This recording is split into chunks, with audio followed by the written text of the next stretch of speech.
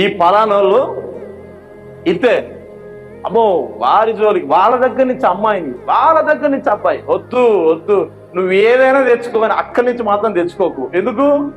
ఒక్కడి చేసిన పనికి అందరికీ రుద్దేస్తున్నాను.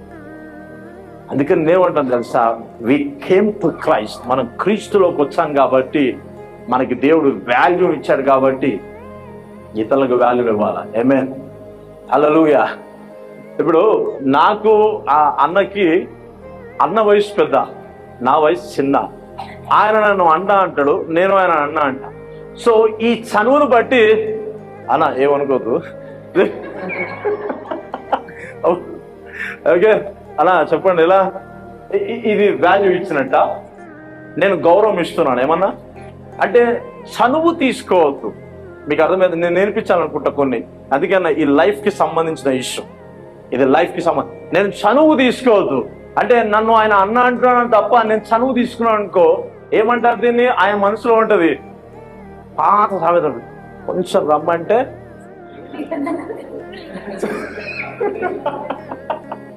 కొంచెం రమ్మంటే చెప్పరా,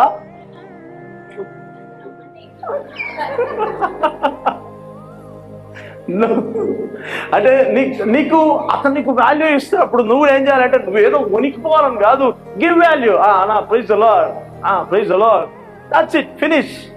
అవునా? దానికి మించి నువ్వు ఏదైనా చేసినా మనసులో ఉంటుంది, ఈ సూత్రం కొంచెం రమ్మంటే కొంచెం ఎక్స్ట్రా చేస్తున్నాడు అనుకుంటాడు.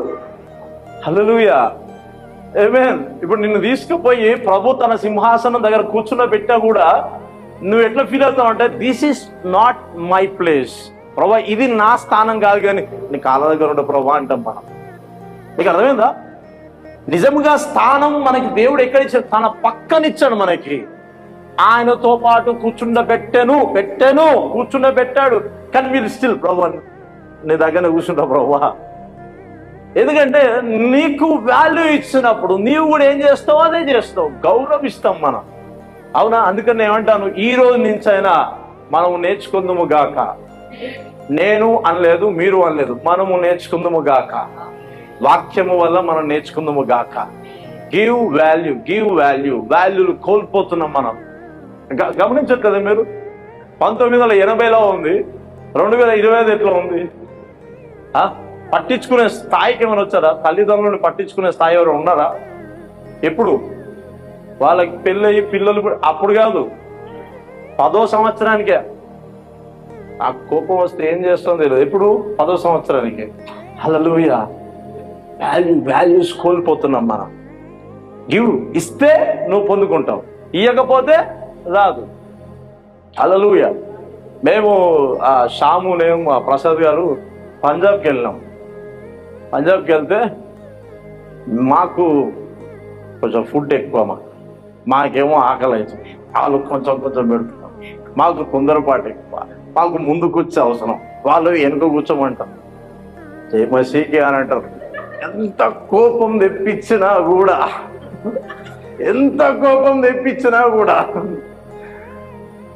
మాతో ఇంకో క్యాండిడేట్ ఉన్నాడు, కర్నూలు క్యాండిడేట్. ఎంత కోపం తెప్పి జై మసీకి ఇక్కడ జై మసీకి రావా, కోపం తెప్పించినా కూడా. ఎందుకు? వాళ్ళ స్థాయి. నిజానికి వాళ్ళ చేతిలో కత్తులు ఉంటాయి, పంజాబ్ చేతిలో కత్తులు ఉంటాయి. వాళ్ళు ఉమెన్ అయినా మెన్ అయినా వెరీ సీరియస్ క్యాండిడేట్. వాళ్ళతో జోక్స్ వేయదు, జోక్ వేస్తే అలా అంటారు అంతే. సో అంత కోపం తెప్పించినా కూడా వారికి వాక్యం వాళ్ళ కల్చర్ డిఫరెన్స్ చాలా డిఫరెంట్ ఉంటుంది. వాళ్ళు తీసేస్తారు అంతే, ఏముండదు అక్కడ. బట్ వాక్యం నేర్పిస్తుంది కాబట్టి వీడిని భరించాలి అంతే. ఇక వీనికి నేర్పియాలంటే భరించాలి అంతే. అవునా కదా? ట్రూవా? జై మసీకి అంతే. జై మసీకి. హల్లెలూయా. నేను ఎందుకు ఈ మాట చెప్తున్నానంటే, మన జీవితాల్లో, మన కుటుంబాల్లో, మన పిల్లల విషయంలో మనం కోల్పోతున్నాం. ఆమేన్. ప్రభు మనకిచ్చింది మనకి ఇతరులకు ఇద్దాం అంతే, చూపిద్దాం అంతే. ఆమేన్. అందుకే నాకు స్థాయి ఇవ్వరా? ప్రతి కుటుంబంలో నాకు మంచి స్థాయి ఇవ్వరా? చెప్పండి, స్థానం ఇవ్వరా? మంచి కూర్చోరా? అవునా? సో అయినా కూడా ఐ ఫీల్ సమ్ టైమ్స్, నేను కూడా ఫీల్ అవుతా. ఎందుకంటే వాళ్ళు చెప్పండి నేను కూర్చొని, నేను వాళ్ళు చెప్పింది నాకు వాళ్ళు విలువని ఇస్తున్నారు, నేను కూడా ఏం చేయాలా? I need to wait. Hallelujah. ఇక్కడ కూర్చోవాలా? కూర్చోవచ్చా? కూర్చున్న తర్వాత ఇది నీది కాదని లేదు, పరుగు పోతుంది అక్కడ. అవునా కదా? అవునా కదా? ఇప్పుడు ముందుకు వచ్చి కూర్చున్నాం ఇంకో పెళ్ళిళ్ళ, ఇక్కడ కాదు అక్కడ కూర్చో. ఇక మనం ఏం చేయాలని మెల్లగా ఇట్లా తీసుకుని పోతున్నావా? వాల్యూ ఇది నేర్చుకోవాలి బాగా. అందుకని యేసుప్రభుడు చెప్తాడు, యేసుప్రభు చెప్తాడు ఈ మాట, నిన్ను విందుకు పిలిచినప్పుడు నీవు త్వరగా వెళ్ళి అక్కడ కూర్చోకు, నిన్ను లేపితే మర్యాద పోతుంది. అందుకే వెనక్కి కూర్చో. నీ స్థానం వచ్చినప్పుడు సిస్టర్ ఇక్కడ కూర్చో, ఇక్కడ కూర్చో అంటారు. ఏది బాగుంది?